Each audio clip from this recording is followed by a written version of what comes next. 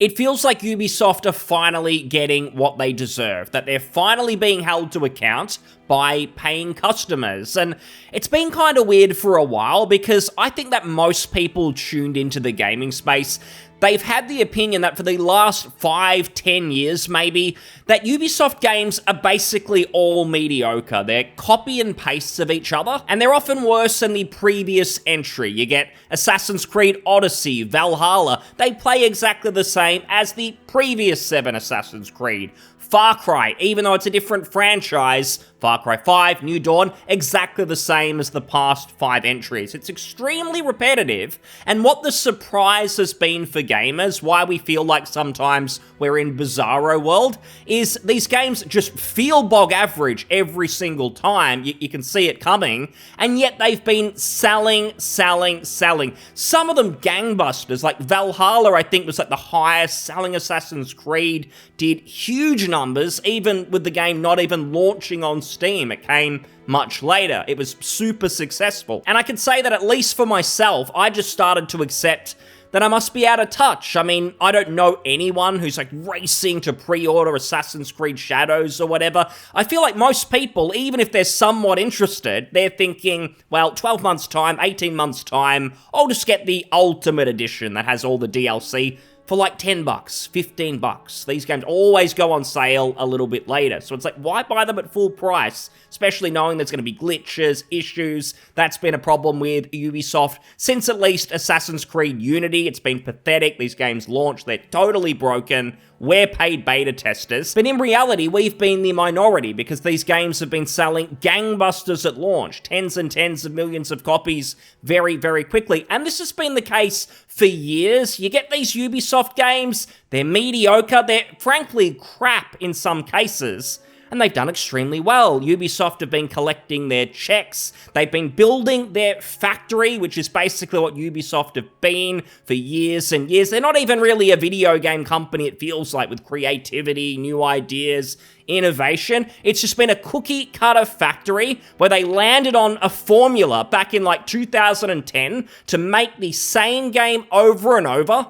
And they just kept expanding, adding in new IPs, new series that were all pretty much the same outside of like one gimmick, the parkour or the shooting for Far Cry or the hacking for Watch Dogs. Same thing, kept expanding, more and more games, thousands and thousands of new employees. But something's happened. Something's changed now, and it threatens to blow all of that up. The House of Cards is starting to collapse. And I feel like I'm in tune with reality again. Like, oh, I'm not crazy. This company is crap. They're making garbage. And finally, people are realizing, I don't need to buy this. I don't need the latest Assassin's Creed. It's the same as the other 4 that I've got sitting there that I've barely played. Because they get repetitive and samey within like 45 minutes of playtime, people have had enough. The wheels are coming off for Ubisoft. They've kind of been exposed. The people who were still having fun with their games, even they see now that, hey, like, you don't do anything interesting. The same game every time. You want more and more money because of your Ultimate Champion editions, subscriptions as well to access the game, all of that. People have had enough. They've had a number of games in the last little while that have totally flopped. They've underperformed compared to expectations. And even the critics, like, they used to run defense for Ubisoft. They used to give 7.5s, 8.5s to some very ordinary games, and that is now over. Even the critics have turned on them. Yes, we know we took bags of your money for ages. We needed the advertising money for you. Now we don't care. We're getting that money elsewhere. So now Ubisoft games, they're getting 5s. They're getting 6s out of 10, which makes it very easy for gamers to jump in and just start trash-talking these games ahead of time. And that filters through to these normies who've apparently been buying their games for years and years. So it seems a lot of things that have happened that have just got everyone totally unenthused in Ubisoft games. No one seems to be buying them now. They're doing very poorly. Even the investors have lost all patience, and there's been articles doing the rounds the last few days where investors are trying to get rid of the current Ubisoft management, get new blood, new people in there, and that's all fine. I don't think any new people could do worse than whatever the clowns at the top are doing right now. But I think it is also important to analyze why this is happening, because if you just get new people in there and they don't understand fundamentally what is wrong, and I think that happens because a lot of these managers, these executives don't really understand gamers, they don't understand games, but they need to understand fundamentally why are things going wrong. Well, I'd say one of the first red flags, because I feel a lot of people don't say this, they'll jump to some of the things I mentioned earlier, the games all being the same, but there's something else as well I want to cover first. The very first thing wrong where I had red flags around Ubisoft is when I was playing an Assassin's Creed years ago, and you got that warning screen, we'll call it, where it said, hey, this is a game that's meant to be historically accurate, but we've basically just thrown all the historical accuracy under the bus because of diversity. And we want to make sure that there's no sexism, there's no racism. Even though back in the Roman Empire, where gender roles were a little bit more traditional, we're just going to chuck that all out the window. We're going to forget about the historical accuracy that we built this series on. No, forget about it. It doesn't line up with our current day political ideology. History be damned. As soon as they started to do that, it was obvious that there was some sort of cultural rot within the studio. And it is somewhat management's fault, because they should have just banged that on the head, got people out who were pushing those sorts of things. But they didn't. They probably just coasted because the games were still selling at that point. Don't change what's not broken right now. Let's forget about looking down the road at the cliff. Don't worry about that. Let's just continue on our merry way. So the games were heavily declining then. When they started down that road, they stopped caring about historical accuracy. Now things are even worse, because if we look at the problems, here on their website, you can see where things are going horribly wrong internally. The whole place is run by clowns, starting with this mentorship program. With more people playing video games than ever before, it is important for us to help build an inclusive entertainment industry that reflects the diversity of our players. Why is it important? Because you say so? Doesn't translate into audience satisfaction. These products, whether it's games, movies, TV shows, a lot of it's going in the bin, it's going down the toilet, and it's a lot to do with this, because we need to build an inclusive entertainment industry. You don't really, you're just saying that. With this mentorship, we have an exciting opportunity to support talents from different backgrounds, bringing fresh perspectives and new ideas. This is the biggest load of shit that I see everywhere. It's not even just in games, sadly, it's filtered through just to businesses in general. I've seen like these DEI consultants that for-profit businesses are hiring, wasting their money on, where some idiot comes in and tells you all about how if you're hiring people with different skin colors, apparently it'll bring fresh ideas. Like, is that not racist to be like, oh, if you hire 5 people and everyone's a different skin color, it's just going to magically create better ideas, great ideas. Everything's just going to be so much better for your products. How does that make sense in a non-racist world? And the thing that they're actually saying is like, oh, well, if people are from different cultures and you bring them in together, then there'll be all these great different ideas and things like that. So according to them, if you're saying something positive about racial differences, that's totally fine, that's great. But if someone says anything negative about that, then you're just a total racist and you're bad and evil. How about we just judge the individuals on their own merits, regardless of their skin color or whatever else? The selected candidates will create a project based on a predetermined theme and will be mentored by a Ubisoft expert over a fixed period. These poor, naive people coming into the industry, little do they know, if you're getting trained by a supposed Ubisoft expert, your career is doomed. These people, they're the dumbest people in the entire industry. They're not creative in the slightest. The entire company's declining. If you take influence from them, you're guaranteed to make bad games, bad selling products, and they'll just inject their ideology into you as well. Now, I was very fortunate. I managed to see a leaked paper for this mentorship program, and I learned that when they're educating new recruits, the top point, how to make the best game ever, #1 priority, you make your characters as ugly as possible. That's how you do it. Bonus points if they're gay, LGBT as well. You throw that in the blender, you've got something incredible on your hands, you're going to have a great success. So that's what people are learning at this mentorship program. And I didn't even bring this up for any of those things I've just read, because this is the glaring one, this is the most troubling. To be eligible for the program, you must identify as a woman or a non-binary individual. If you're a man, you're banned. You cannot apply, you'll be rejected immediately. If you are a man, you can just put they, them pronouns or something in your bio, you'll be fine, but under any other circumstance, no men, that's what they say. I find this a little strange, which I guess would be obvious, and also obviously I don't live in Canada where this is going on, but I know when it comes to hiring employees, you can't do that. Like, that is illegal in, I would assume, most countries. You can't just cross every man off the list and chuck that out. That's discrimination. You can't just say you only want to bring in women, bring in non-binaries. I guess this is allowed because it's unpaid, I assume, this program. I don't know if it's just like an internship and they've renamed it because maybe internship sounds like unpaid labor, so they're pulling this scheme instead. Whatever the program is, if it was a paid employee, it would be illegal. Apparently this is allowed, but you just have to wonder if this is their mindset for something like this, where they're allowed to go mask off and say no men for the program. But it may just be when it comes to the employees that they're bringing in, that they're paying, even though they won't admit that they don't want men, they don't want to hire men, they're probably following this same ideology where we just want women, non-binaries, we want a superb culture like this. We'll pretend that we want to bring men in, because if we said we didn't, we'd actually get sued. It's illegal when it comes to hiring people. But really, everyone is in quiet agreement, the hiring managers. We don't want any more men. They're toxic. Doesn't matter that it was like 99% men that built this company and the success, all those prior games, because all the nerds back in the 90s, early 2000s, pretty much all men. Back then, probably not so many women developers. Fuck them now. Get them out. We only want these people. Despite the fact that based on their current output of games, everything you're doing is wrong. I keep hearing about it. We're going to improve the world. We need a better culture. We don't want to go back to like the great days of the 90s and early 2000s where things were good. That was really bad though. We're going to do something way better with all of this diversity. Despite the fact that everything you produce now is total crap. Your company is going down the shitter. Maybe you should consider looking at what was working before instead of these painful initiatives that just embarrass you.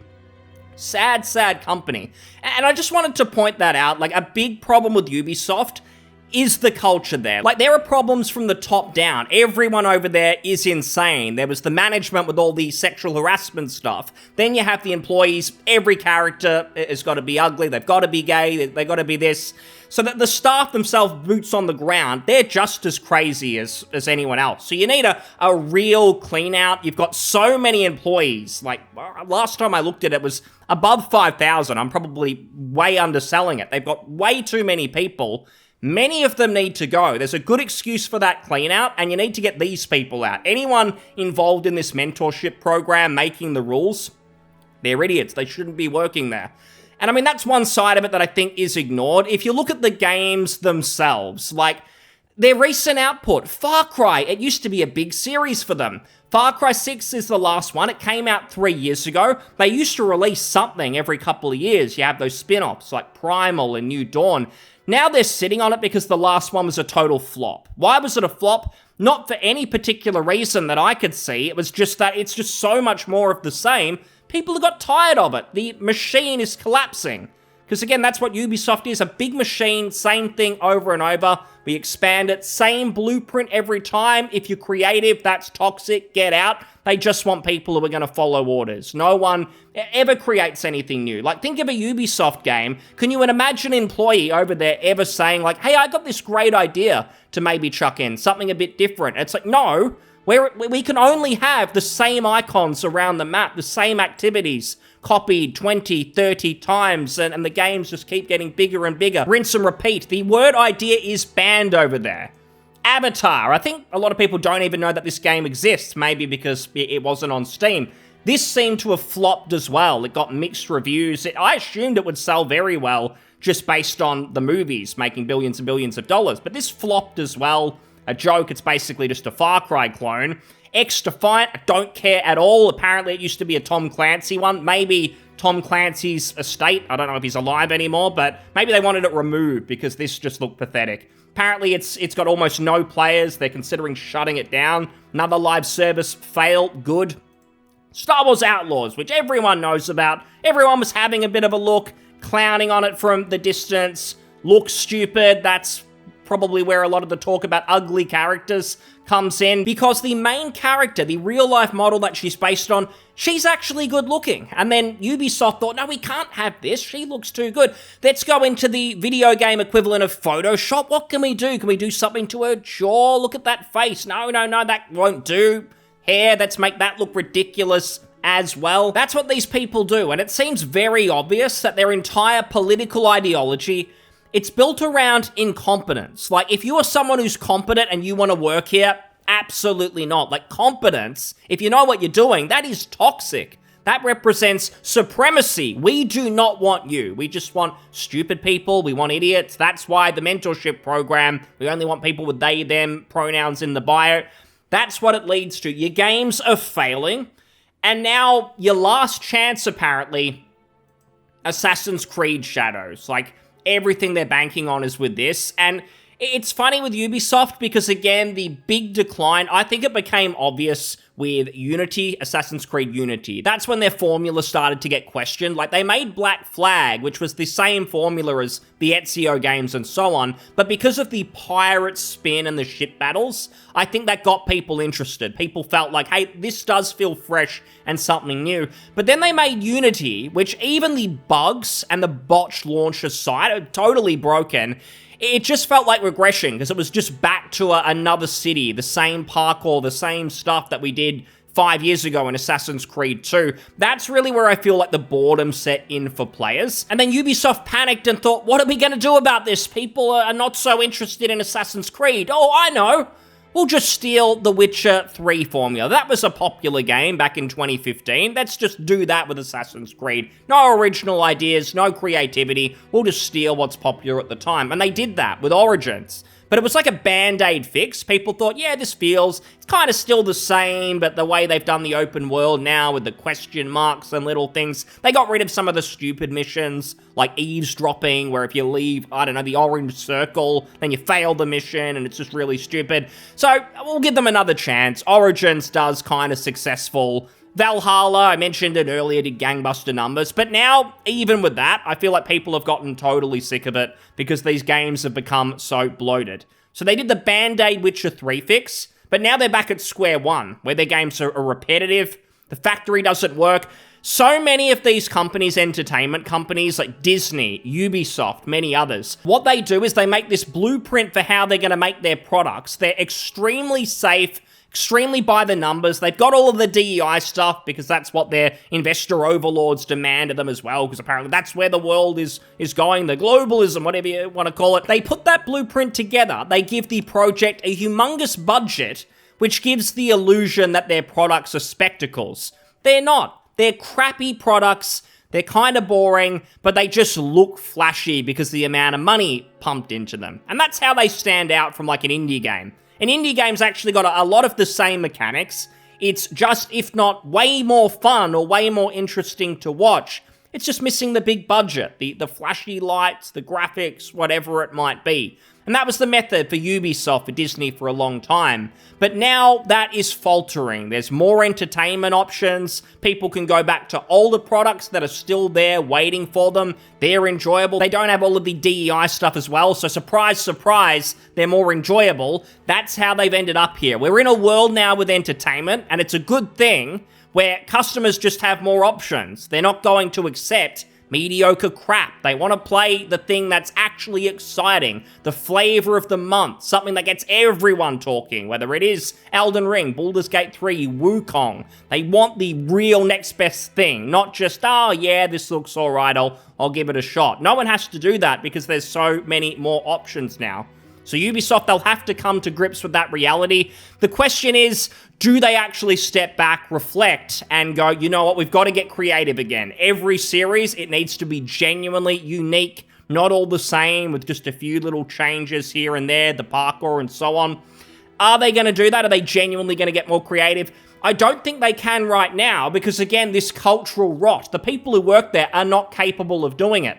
So if they get new leadership, they'll need that clean out. They'll have to heavily reduce in size, I think. I'm sure there's going to be layoffs no matter what. I think it just needs to happen, really. Get some of these clowns out, hopefully, but that might be wishful thinking. They'll probably get rid of the good people with genuine ideas, especially if they're men. But I don't think anything's going to change in the short term. The other problem is, because games take so long to make now, like they used to release an Assassin's Creed every year, even Ubisoft, known for games every 2 seconds, they're struggling a little bit more with the release schedule, and they would have locked in a number of these projects that are in the middle of development. It's probably too late to do much course correction. Like, those games in development are going to come out, and they're probably going to be exactly the same as the Star Wars Outlaws, these Assassin's Creed, Far Cry's that we've had, really. So if they're only learning, like, this year that things aren't selling, that they've got to change, it's going to take, like, 3-4 years for them to really make a difference. So I think things are actually going to get much worse before they get better. Maybe Assassin's Creed, because the last one sold gangbusters, it's like, again, a band-aid fix that steers them through for another 12 months. They get away with it. But after that, things could get really bad. And maybe it's a good thing if they do have to heavily reduce. Maybe they can focus on a handful of series, make them the best they can be, if they actually bring good people in. Probably wishful thinking, but I'd prefer that these independent video game companies don't all die out, because that's kind of happening. We're stuck with Microsoft, Embracer Group, who bought all the mid-sized ones, Sony, and so on. Not actually a good thing, all of that consolidation. Things will just get worse. That's how we're going to have, like, cloud gaming. You can only stream games. You can't even play them with your hardware. That could be a dark, dark world, but not good for Ubisoft. I'm sure it's going to be many years before things actually improve. At the very least, given how awful some of their upcoming games will likely be based on this recent track record, at least there's going to be plenty to laugh at. Thanks so much for listening. I'll see you on the next one. Cheers. Bye.